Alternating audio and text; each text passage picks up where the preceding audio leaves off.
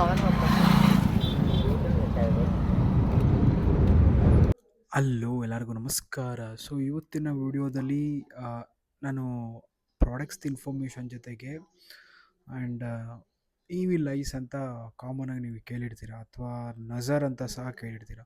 ಇದ್ರ ಬಗ್ಗೆ ನಾನು ಅಷ್ಟೊಂದೇನು ನಂಬಿರಲಿಲ್ಲ. But actually I am a person where ನಾನೇನೋ ಒಂದು ಹೊಸಾದು ಮಾಡಿದೆ, ಏನೋ ಒಂದು ತೊಗೊಂಡೆ, ಏನೋ ಒಂದು ಮಾಡಿದೆ ಅಂದರೆ ಯಾರೊಂದಿಗೂ ತುಂಬ ಶೇರ್ ಮಾಡೋದು ತುಂಬ ಕಡಿಮೆ.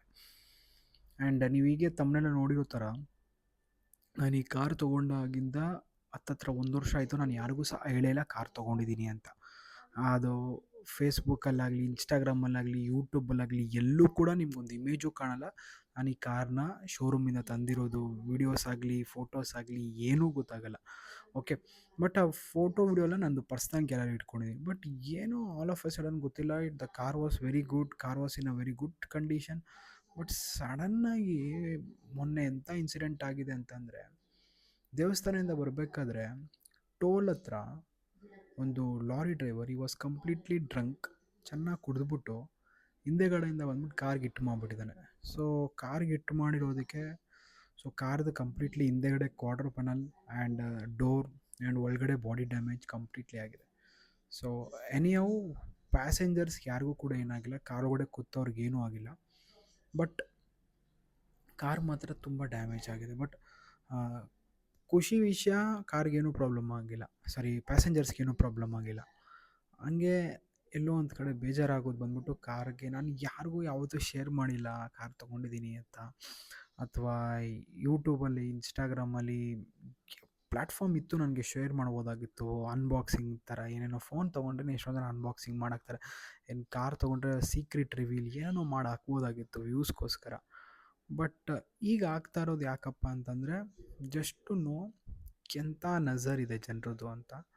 ಸೊ ತುಂಬ ಅಂದರೆ ರಿಲೇಟಿವ್ಸಲ್ಲಿ ಮಾತ್ರ ಗೊತ್ತಿತ್ತು, ಆ್ಯಂಡ್ ಇನ್ನು ಕ್ಲೋಸ್ ಫ್ರೆಂಡ್ಸಲ್ಲಿ ಮಾತ್ರ ಗೊತ್ತಿತ್ತು ನಮ್ಮ ಹತ್ರ ಕಾರ್ ಇರೋದು, ಅದೇ ನಂದು.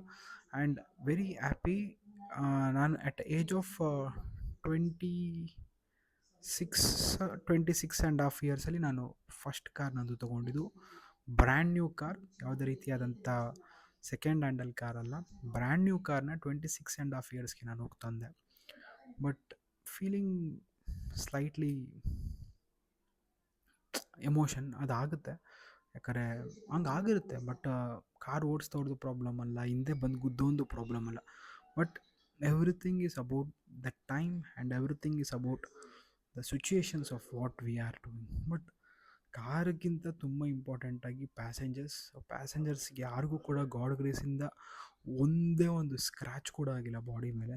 ಬಟ್ ಆದರೆ ಗಾಡಿ ಬಾಡಿ ಮೇಲಂತೂ ಬೇಜಾನ್ ಸ್ಕ್ರ್ಯಾಚ್ ಆಗಿದೆ. ಸೊ ನಾನು ಬೇಕಾದ್ರೆ ಫೋಟೋಸ್ ಹಾಕ್ತೀನಿ, ನೀವು ನೋಡ್ಬೋದು. ಸೊ ಈ ಥರ ಡ್ಯಾಮೇಜ್ ಆಗಿದೆ. ಸೊ ಹೈವೇಲಿ ಕೇರ್ಫುಲ್ಲಾಗಿರಿ. ಸೊ ನೀವು ಕೇರ್ಫುಲ್ಲಾಗಿದ್ದರೂ ಕೂಡ ಹಿಂದೆ ಬರೋನು ಕೇರ್ಫುಲ್ಲಾಗಿರ್ಬೇಕು, ಅವ್ನಿಗೂ ಅದು ಸೆನ್ಸ್ ಇರಬೇಕು. ಸೊ ಯಾರ್ದೋ ಗಾಡಿ ಪಾಪ ಕಷ್ಟಪಟ್ಟು ತೊಗೊಂಡಿರ್ತಾರೆ, ಏನೇನು ಆಸೆ ಇಟ್ಟು ತೊಗೊಂಡಿರ್ತಾರೋ ಅಂತ. ಬಟ್ ಆದಷ್ಟು ನೀವು ಕೇರ್ಫುಲ್ಲಾಗಿ ಡ್ರೈವ್ ಮಾಡಿ. ತುಂಬ ಓವರ್ ಸ್ಪೀಡ್ ಮಾಡೋಕ್ಕೆ ಹೋಗ್ಬೇಡಿ. ಒಂದು 80 to 100 ಸಾಕಪ್ಪ. ನೀವು ಎಂಥ ರೋಡ್ಗೆ ಹೋದರೂ ಕೂಡ ನಾನು ನೋಡ್ತೀನಿ ತುಂಬ ಜನ ಓವರ್ ಸ್ಪೀಡ್ ಮಾಡ್ತಾರೆ, 120, 140, 160, 180. ಅವಶ್ಯಕತೆ ಇಲ್ಲ ಅನಿಸುತ್ತೆ. ನನಗೂ ಕೂಡ ಡ್ರೈವಿಂಗ್ ಅಂದರೆ ತುಂಬ passion. I love to travel, I drive cars like super crazy.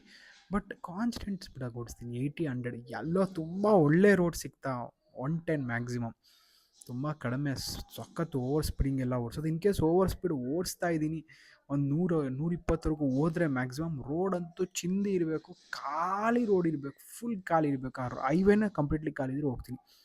Two ವೀಲರೆಲ್ಲ ಬಂದುಬಿಟ್ರೆ ನಾಟ್ ಎಟ್ 100 ಮೇಲ್ಗಡೆ ಕ್ರಾಸ್ ಮಾಡಲ್ಲ. ಸೊ ಸೇಫಾಗಿ ಓಡಿಸ್ಬೇಕು. ಆ್ಯಂಡ್ ನಿಮ್ಮ ಫ್ಯಾಮಿಲಿ ನೀವು ಒಬ್ಬರೇ ಇರ್ತೀರ, ಸೊ ಕಾರಿಗೆ ಹೋಯ್ತು, ಇಟ್ಸ್ ನಾಟ್ ಅ ಪ್ರಾಬ್ಲಮ್, ಹೆಂಗೋ ರೆಡಿ ಮಾಡಿಸ್ಕೊಳ್ತೀವಿ, ಆ್ಯಂಡ್ ಇನ್ಶೂರೆನ್ಸ್ ಇದೆ, ಹೆಂಗೋ ಆಗುತ್ತೆ. ಬಟ್ ಆ್ಯಕ್ಚುಲಿ ಕಾರ್ದು total repair cost approximately 1 lakh rupees. So ಅದಕ್ಕೋಸ್ಕರ ನೋಡಿ, ಇನ್ಶೂರೆನ್ಸ್ ಅನ್ನೋದು ವೆರಿ ಮ್ಯಾಂಡೇಟ್ರಿ. ನಾನು ಕಟ್ಟಿದ್ದು 20,000 ಇನ್ಶೂರೆನ್ಸ್ಗೆ. ಈಗ ಇನ್ಶೂರೆನ್ಸ್ ನನಗೆ 1 ಲಕ್ಷ ರೂಪಾಯಿ ಕ್ಲೈಮ್ ಮಾಡಿಕೊಡ್ತದೆ. ಬಟ್ ಅದ್ರ ಮೇಲ್ಗಡೆ ಎಕ್ಸ್ಟ್ರಾ ಚಾರ್ಜಸ್ ಬರುತ್ತೆ, ಅದು ಒಂದು 10-15 ಸಾವಿರ ಆಗುತ್ತೆ. ಅದು not an issue. But 1 lakh ಎಲ್ಲಿ, 10-15 ಸಾವಿರ ಎಲ್ಲಿ? ಸೊ 1 ಲಕ್ಷ ಅವ್ನು ಕೊಟ್ಟಿರೋ ಕೊಟೇಶನ್ 1 ಲಕ್ಷ ಚಿಲ್ಲರೆ. ಅದ್ರ ಮೇಲೆ GST ಏನೇನೋ ಆ್ಯಡ್ ಮಾಡೋಕ್ಕಿದೆ ಅದ್ರ ಮೇಲೆ, ನನಗೂ ಗೊತ್ತು, ಮಾಡೇ ಮಾಡ್ತಾನೆ ಅಂತ. ಇನ್ನೂ ರಬ್ಬಿಂಗ್ ಮಾಡಬೇಕು, ಒಳಗಡೆ ಜೆಲ್ ಹಾಕಬೇಕು, ನಮಗೇನು ಐಡಿಯಾ ಇಲ್ಲ ಅದ್ರ ಬಗ್ಗೆ. ಹಾಕಬೇಕು ಅಂತ ಹೇಳಿದ್ರೆ, ಬಟ್ ಹಾಕಲಿ, ಅದು ನನಗೇನು ಪ್ರಾಬ್ಲಮ್ ಇಲ್ಲ. ಬಟ್ ಹಾಕಿದ್ರೆ end of the day bill ಕೊಡಬೇಕು ನಾವು, it's a problem. But be safe with family. When you are as a family ಎಷ್ಟು ಸೇಫ್ ಆಗುತ್ತೋ ಅಷ್ಟು ಸೇಫ್ ಆಗಿರಿ. ಆ್ಯಂಡ್ ನೀವೇನೋ ಒಂದು ಹೊಸ ತೊಗೊಂಡು ನೀವು ಸೋಷಿಯಲ್ ಮೀಡಿಯಾ ಹೇಳ್ಬೇಕಂತೇನಿಲ್ಲ. ಆ್ಯಂಡ್ ಹೇಳಿದ್ರೆ and be ready to face the consequences. And ನನ್ನ ಫ್ರೆಂಡು ರೀಸೆಂಟಾಗಿ ಹಿಂಗೆ ಯಾವುದೋ ಒಂದು ಕಾರ್ ತೊಗೊಂಡಿದ್ರು. ಸೋಷಿಯಲ್ ಮೀಡ್ಯಾದಲ್ಲಿ ಪೋಸ್ಟ್ ಮಾಡಿದ್ದು ವಿತಿನ್ 2 or 3 ವೀಕ್ಸಲ್ಲೇ ಮರದ ಕೆಳಗೆ ನಿಲ್ಸಿದ್ರು. ಆ ಮರದ ಕಂಪ್ಲೀಟ್ ರೆಂಬೆ ಬಂದು ಬಿದ್ದೋಯ್ತು ಕಾರ್ ಮೇಲೆ. ಸೊ ದೊಡ್ಡದು ಮರ ಅದು, ಲೈಕ್ ಸಮ್ವಾಟ್ ಏನೋ ಮರ, ಹುಣಸೆ ಮರನೋ ಇಲ್ಲಾಂದ್ರೆ ಆಲದ ಮರನೋ ಅನಿಸುತ್ತೆ.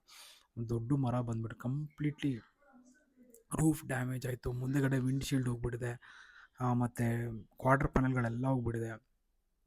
ಸಖತ್ ಖರ್ಚು ಬರ್ತಾಯಿದೆ. ಬಟ್ ಆದರೆ ಈ ಒಂದು ಇನ್ಶೂರೆನ್ಸ್ ಇದ್ದರೂ ಕೂಡ ನೀವು ಅಂದ್ಕೊಳ್ತೀವಿ ಇನ್ಶೂರೆನ್ಸ್ ಇದ್ರೆ ಎಲ್ಲ ಕ್ಲೈಮ್ ಆಗುತ್ತೆ ಅಂತ. ನಿಮ್ಮ ಹತ್ರ ಎಂಥ ಇನ್ಶೂರೆನ್ಸ್ ಇದ್ದರೂ ಕೂಡ ಈ ಒಂದು it will burn your pockets.